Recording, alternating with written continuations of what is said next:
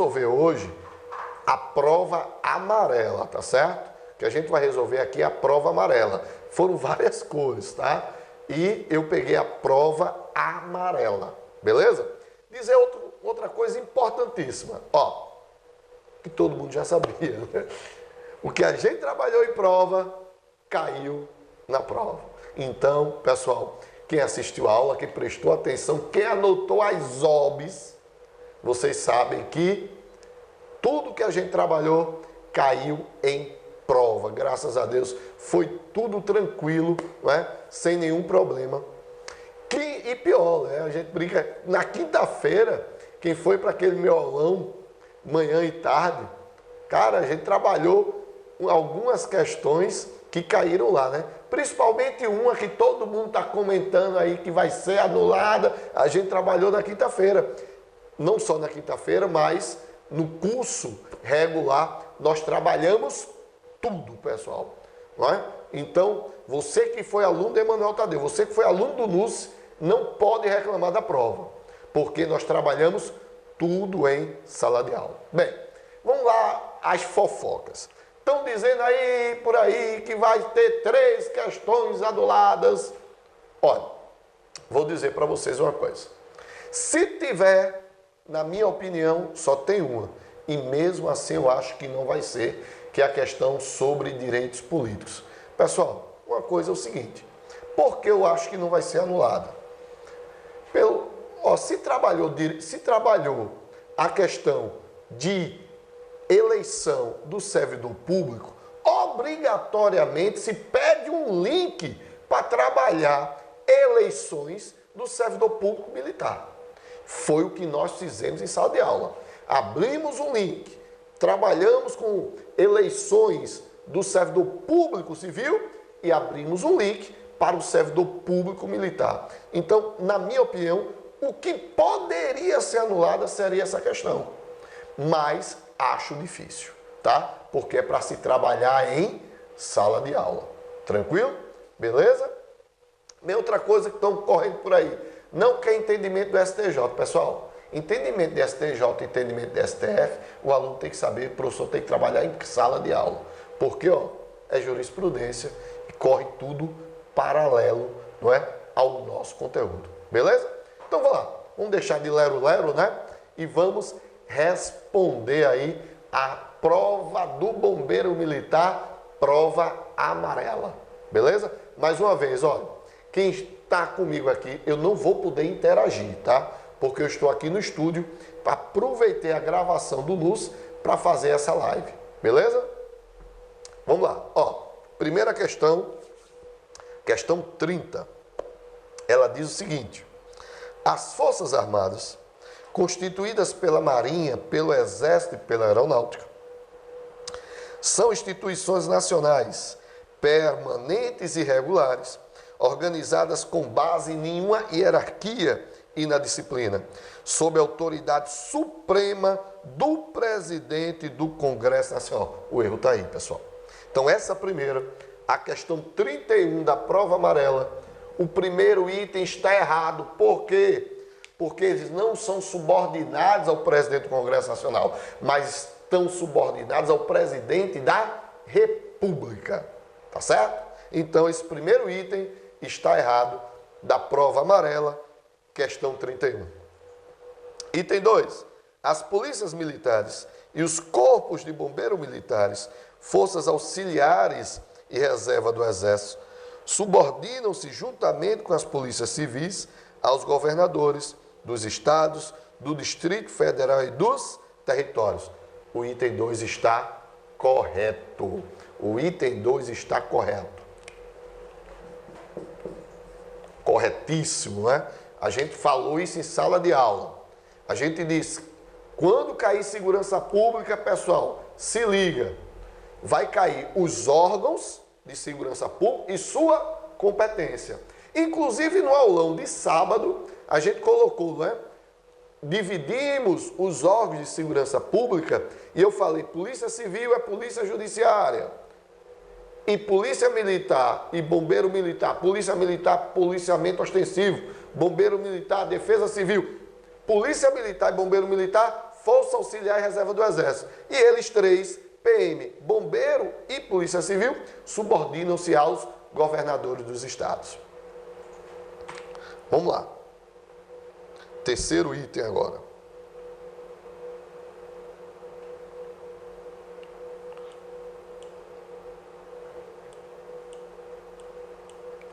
De acordo com o disposto na Constituição Federal, vigente, cabe às polícias militares e aos corpos de bombeiros militares exercer a polícia ostensiva e a preservação da ordem pública. Errado. Errado por quê? Porque bombeiro militar não exerce o policiamento ostensivo, somente a polícia militar. Bombeiro militar é defesa civil. Mais uma vez, dizendo, não quero ser chato, mas eu disse para vocês, quando cair segurança pública, vai cair quais são os órgãos e quais são as suas competências. E foi justamente o que tem aqui, que a gente trabalhou em sala. Então, bombeiro militar é defesa civil. Então, o item 3 está incorreto. Quarto, consoante a Constituição vigente, a segurança pública é exercida para a preservação da ordem pública e da incolumidade das pessoas e do patrimônio, tendo como um dos órgãos integrantes a Polícia Ferroviária Federal.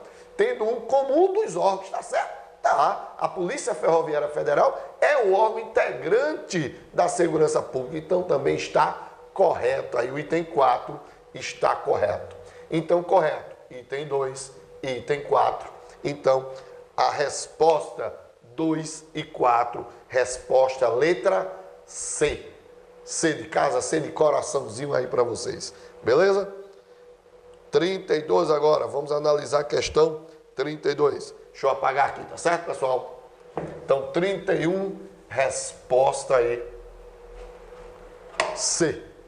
32. Mais uma questão que trabalhamos em sala de aula. Estado de defesa, estado de sítio. Foi o que eu disse a vocês. Se vai cair uma questão de estado de defesa e estado de sítio, que vocês têm que saber o quê? Quais são os requisitos, qual é o procedimento, qual é o prazo e quais são as medidas coercitivas. Se souber isso, não tem problema, não erra uma questão. E a 32 caiu justamente isso, falando sobre procedimento do estado de defesa, que vamos trabalhar agora. Então ele diz, na vigência do estado de defesa, se o Congresso Nacional estiver em recesso, será convocado extraordinariamente, no prazo de 5 dias. Correto? Correto. Então, o item 1 do 32, prova amarela, está correto. O prazo, ó, o presidente decreta o estado de defesa, envia em até 24 horas para o Congresso Nacional, ele tem até 10 dias para apreciar. Mas, se tiver em recesso, convocação extraordinária em 5 dias, é o que está dizendo o item 1, certíssimo. 2.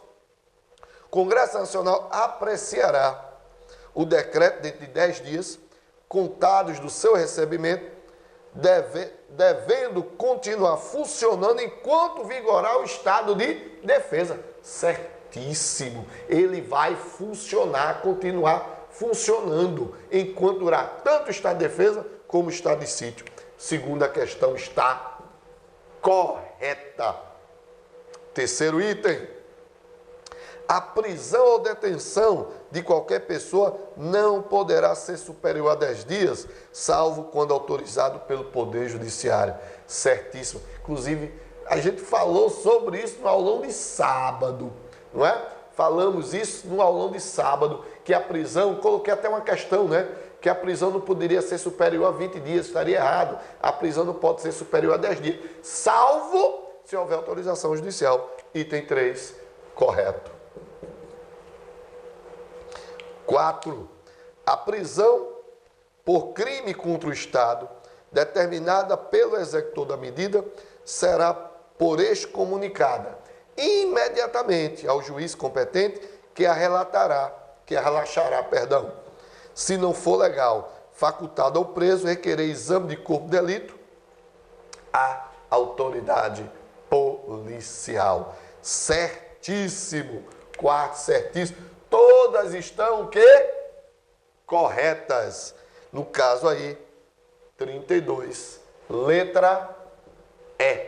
32, letra E. Tá certo? Tranquilo? Tchau, Paloma. A Paloma está indo embora aqui. 33, pessoal, agora. Mais uma questão sobre estado de defesa. Bora lá, estado de defesa ou estado de sítio, né? Vamos lá. 33. Deixa eu apagar de novo aqui o quadro para a gente ir para a próxima questão, questão de número 33. 33. O tempo de duração do estado de defesa não será superior a 60 dias. Errado, não é? É errado. Que eu disse para vocês, na prova vai colocar 60 dias, mas não é, porque não pode ser superior a 30 dias. Ele pode ser prorrogado por mais 30, mas ele não pode ser superior a 30 dias. O estado de defesa é até 30 dias. Então, o primeiro item está errado. Não é? Ele diz, podendo ser prorrogado uma vez por igual período, se persistirem as razões que justificaram a sua decretação. O erro está só no prazo, que ao invés de ser 60, o prazo é de 30 dias. Bem, segundo, na vigência do estado de defesa, não poderá haver restrições ao direito de sigilo de correspondência. A questão está o quê? O item está o quê? Errado. O que foi que eu disse a vocês, pessoal? Eu dei uma óbice dizendo o seguinte: no estado de defesa poderá haver restrições de direito. No estado de sítio poderá haver restrição e suspensão de direitos. E quando a gente trabalha o inciso 12 em relação à correspondência, eu sempre digo, a turma esquece que só fala em juiz e administração penitenciária. Mas aí eu coloco embaixo, não esqueçam que durante o estado de defesa e o estado de sítio poderá haver restrição à correspondência. Item 3. O presidente da República, ao solicitar para decretar o estado de sítio ou sua prorrogação, relatará em motivos determinantes do pedido, devendo o Congresso Nacional decidir por maioria absoluta. Certíssimo. Então, o terceiro está certo, né? Congresso Nacional vai decidir por maioria absoluta. Quarto item. Na vigência do estado de sítio, decretado com fundamento em comoção grave de repercussão nacional ou ocorrência de fatos que comprovam a ineficácia de medida tomada durante o estado de defesa, a pessoa pode sofrer detenção em edifício não destinado a acusados ou condenados por crimes comuns. Falamos isso no aulão, cara, não é? No aulão de sábado, até eu disse, na questão que eu trouxe para vocês, tinha suprimido não, né? Eu disse não destinados, não é? Porque na questão tinha sido, na questão que eu trouxe, sabe, tinha colocado destinados, é não destinados. Certíssimo, item 4. Então, certinho, 3 e 4. Letra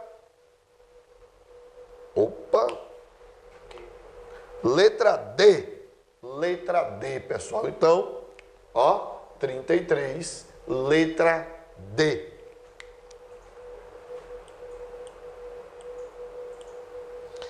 Trinta e 34. Sobre a administração pública. Essa questão foi dada. E eu disse para vocês, se cair esses princípios, ele vai cair. Letra de lei. Então era só você gravar o quê? Os 5 princípios, que são o quê? Deixa eu apagar aqui de novo. Questão 34. Quais são os 5 princípios expressos na Constituição Federal? limpe, pessoal, limpe legalidade, impessoalidade, moralidade, publicidade e eficiência.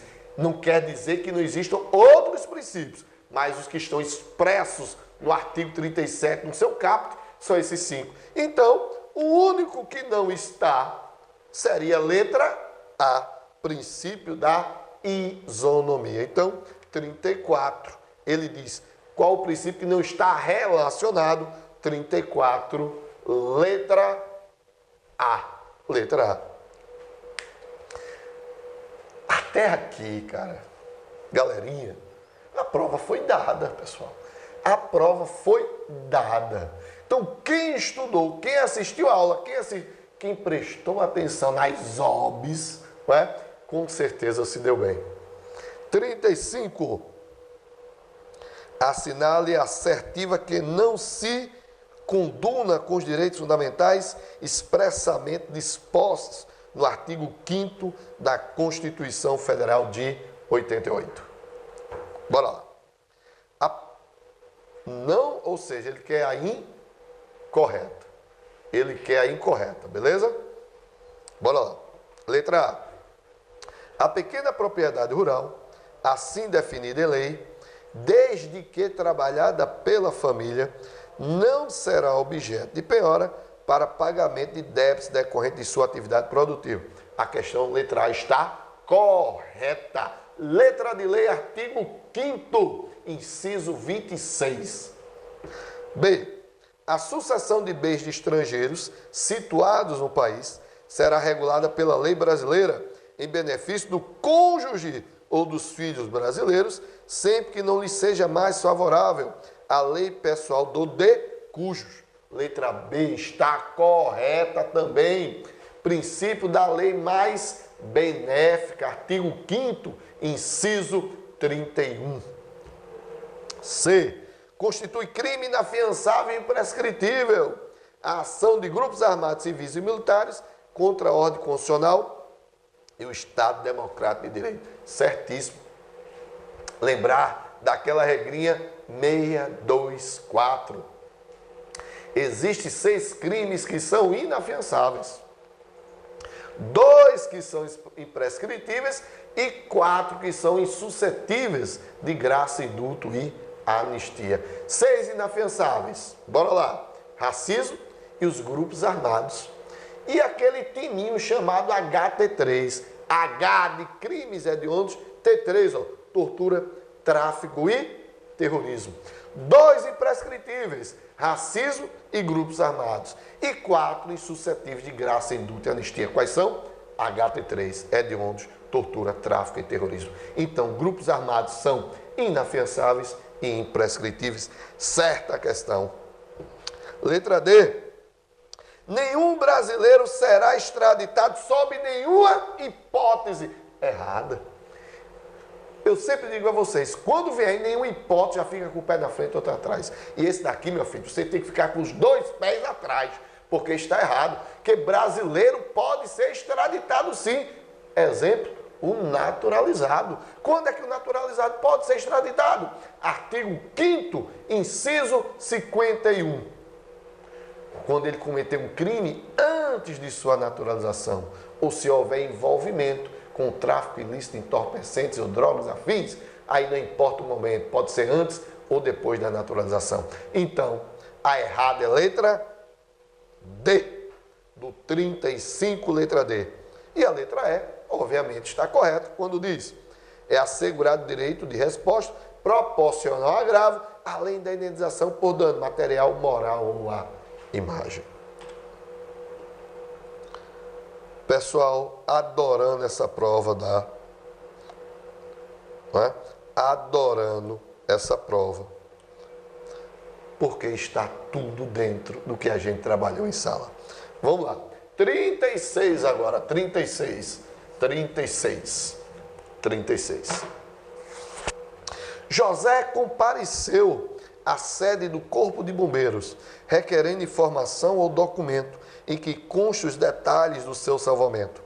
Ele pretende avaliar, junto com o seu advogado, se houve falha no procedimento do seu salvamento pelo Corpo de Bombeiros, considerando que ficou com lesão permanente da perna. Bem, aqui não diz se houve negativa de informação, se houve negativa de documento. O que você tem que lembrar é o artigo 5º, inciso 34, que são aqueles remédios constitucionais administrativos, direito de petição e obtenção de certidão. Vai lá no teu caderninho, que tem lá dizendo o seguinte, que eu coloquei no teu caderno, dizendo o seguinte: o termo independentemente do pagamento de taxas, o termo independentemente do pagamento de taxas, quer dizer que poderá ser cobrado ou não poderá ser cobrada a taxa. Então, muitas taxas não vão ser cobradas, que é justamente o que a questão está questionando aqui. Bora lá? Letra A. Para se ter direito às informações solicitadas, José deve demonstrar que está em dia com o pagamento da taxa de corpo de bombeiros, referente à sua residência, ou comprovar a situação de isento. Tem nada a ver, cara. Nada a ver isso aí. Tem que comprovar absolutamente nada. A taxa de bombeiro é uma coisa, a taxa aqui é outra. B. Para se ter direito às informações solicitadas, José deve recolher uma taxa de arrecadação estadual. Não há necessidade, porque a taxa pode ser gratuita. C. Para se ter direito às informações solicitadas, sem pagar taxa, José deve ser de baixa renda. Também não tem nada a ver isso aí, tá? O que se fala em baixa renda é a questão de alguns documentos, né? Que não fala nem baixa renda, né? Fala em o indivíduo ser pobre na forma da lei.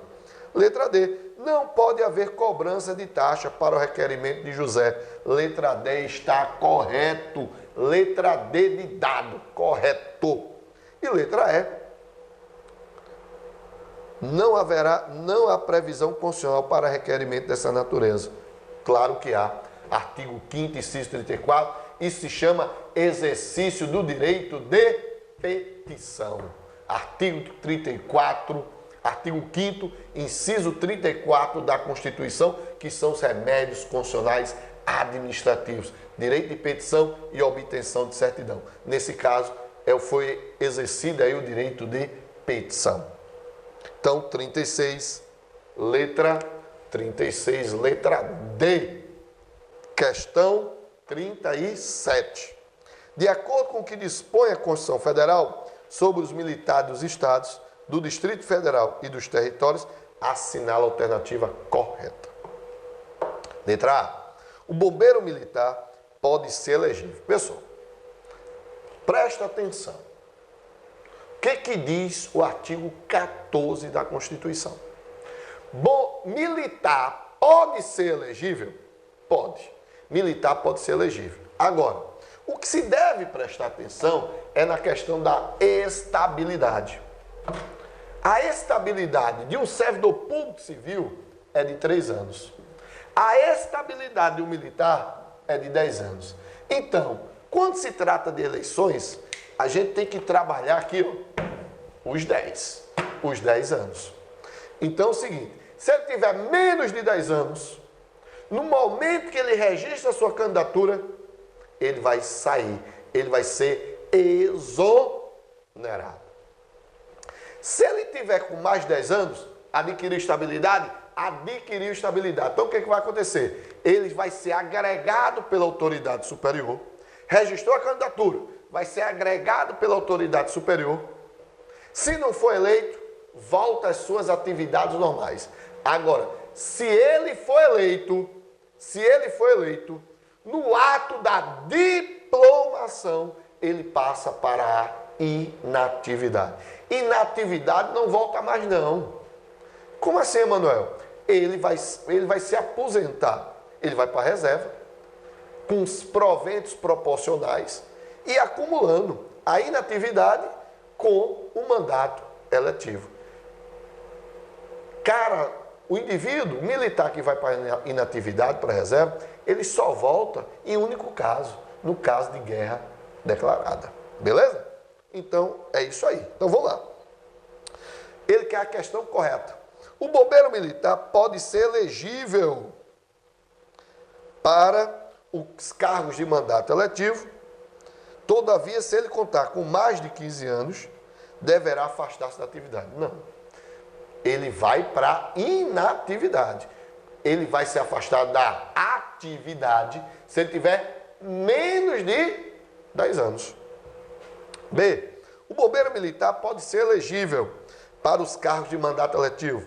Todavia, se contar com menos de 15 anos, será agregado pela autoridade superior a depender de sua patente. Não, o erro só está aí, a depender de sua patente, não é? Nada a ver, não é? E veja só, ele está colocando sempre 15, mas lembre-se que 15 é mais de 10. Não sou Paulo Valença, não, mas 15 é mais de 10. Bem, essa B também estaria errado, porque ele diz a depender de sua patente. Que não tem isso, é independente. C. O bombeiro militar da ativa não pode ser elegível para os cargos de mandato eletivo após adquirida a sua estabilidade no serviço público. Errado, pode sim ser elegível. O bombeiro militar inativo é que está na reserva, tá? Não pode ser elegível para os cargos de mandato eletivo, caso a sua inatividade seja decorrente da idade máxima para permanecer inativo. Nada a ver. O cara na inatividade, ele pode, é só lembrar de Bolsonaro, né? O Bolsonaro aí, né? Ele está na inativa, se reelegendo. E é justamente, como exemplo, o Bolsonaro, a letra E. Só que ele não é bombeiro militar, né? Mas ele é militar. O bombeiro militar inativo pode ser elegível para os cargos de mandato eletivo. Então, 37, letra E. 37, letra E. 38.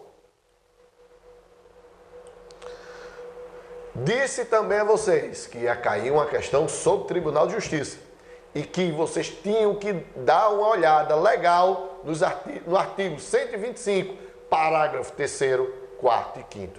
É o que está aqui. Bora lá. Sobre os tribunais e juízes dos estados, a Constituição Federal prevê que os estados organizarão sua justiça, observados os princípios nela estabelecidos na Constituição. Partindo dessa premissa, assinale a afirmativa correta. Letra A. A competência dos tribunais será definida na Constituição do respectivo estado. Certíssimo, pessoal. Certíssimo. Então, a competência dos tribunais está na Constituição do estado. Então, 38, logo de cara, letra A. Mas vamos ver porque as outras estariam erradas. Então, letra B, né? A lei de organização judiciária dos tribunais é de iniciativa do chefe do Poder Executivo. Não. A lei de organização, bati muito isso em sala de aula, bati muito isso nos meus alunos. A lei de organização judiciária é de competência do Poder Judiciário. Então, ele leva a proposta, manda a proposta e, por lei, se faz a organização. Então, letra B estaria errado por isso. Tem nada a ver com o chefe do Poder Executivo. C. Uma lei de determinado estado somente pode ser considerada inconstitucional em face da Constituição Estadual pelos tribunais superiores. Nada a ver, não é? Porque o próprio Tribunal de Justiça, ele pode criar órgãos para declarar a inconstitucionalidade de uma lei estadual que está, conflitando com a Constituição do Estado. D. A justiça militar não pode ser criada no âmbito dos tribunais estaduais. Claro que pode, não é? Mas aí o que tem? Depende de proposta do Tribunal de Justiça. Então, o Tribunal de Justiça, por meio de proposta, pode criar, sim, os tribunais militares em primeira instância. E se ele quiser criar um tribunal militar de segunda instância, então, primeira instância seria os juízes estaduais militares e o Conselho de Justiça Militar, primeira instância, criou. Agora, se ele quiser criar um tribunal militar de segunda instância, ele tem que ter um efetivo com mais de 20 mil homens. Então, letra D está errada. Letra E. Um bombeiro militar não pode ser julgado pelo tribunal do júri. Errado. Trabalhamos isso em sala de aula. Quando eu disse o quê? Que Os crimes militares serão julgados pelo juiz militar e pelo Conselho de Justiça Militar. Todavia, se esse crime for praticado contra civil e for crime doloso contra a vida, ou seja, de competência do tribunal do júri, esse indivíduo vai ser julgado pelo tribunal do júri. Beleza? Tranquilo? Então, 38, letra A é a resposta. Meus queridos, queria dizer mais uma vez obrigado pelo tempo que ficamos juntos, nesse tempo aí que tivemos esse curso preparatório para bombeiro. Dizer que eu estou sempre à disposição de vocês, o NUSE está à disposição de vocês, e dizer, se preparem para o TAF, porque se depender de direito constitucional, vocês hoje são bombeiros militares do estado de Pernambuco, porque arrasaram na prova. Quem não conseguiu, não baixa a cabeça.